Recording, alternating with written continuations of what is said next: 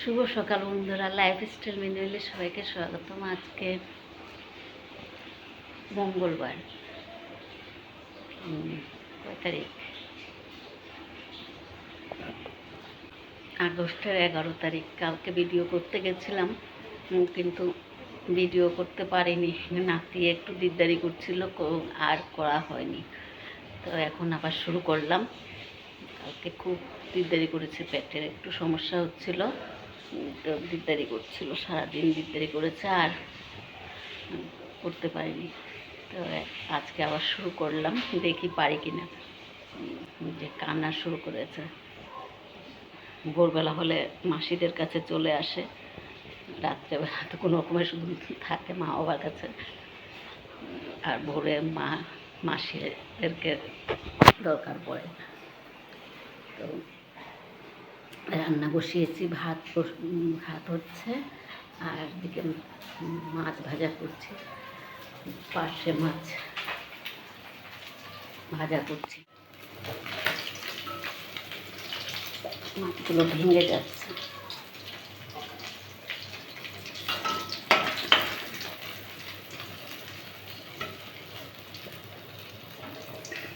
আলু দিয়ে ঝোল করব, আলু আর বেগুন দিয়ে ঝোল করব।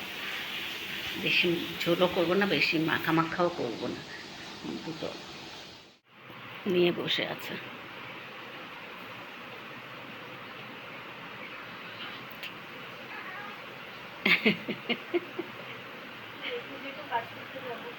হ্যাঁ, কাজ করতে যাবি, থাকবে তো থাকবে না।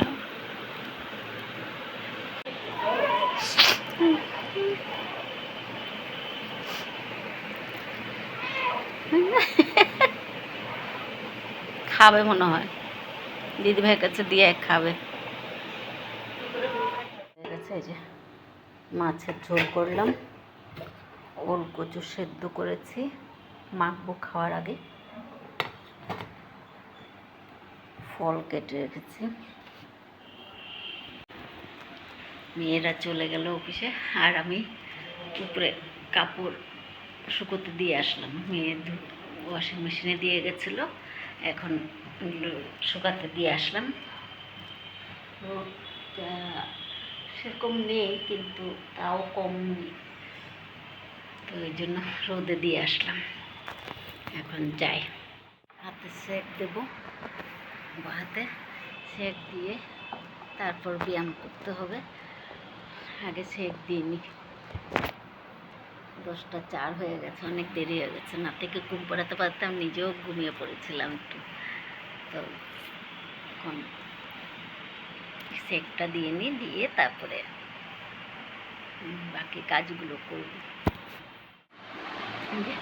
নাতি নিয়ে বসে আছে, সকাল থেকে এইভাবে চলছে।